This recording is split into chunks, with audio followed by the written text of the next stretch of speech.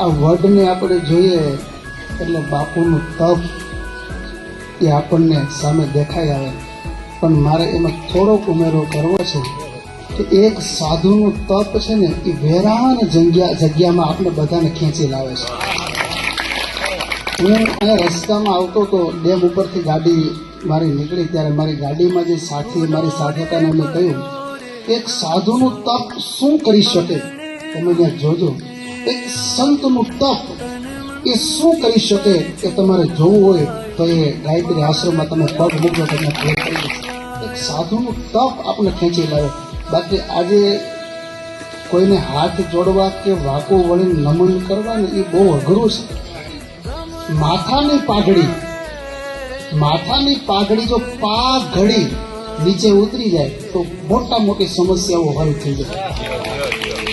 પણ આ બહુ ઓછું છે.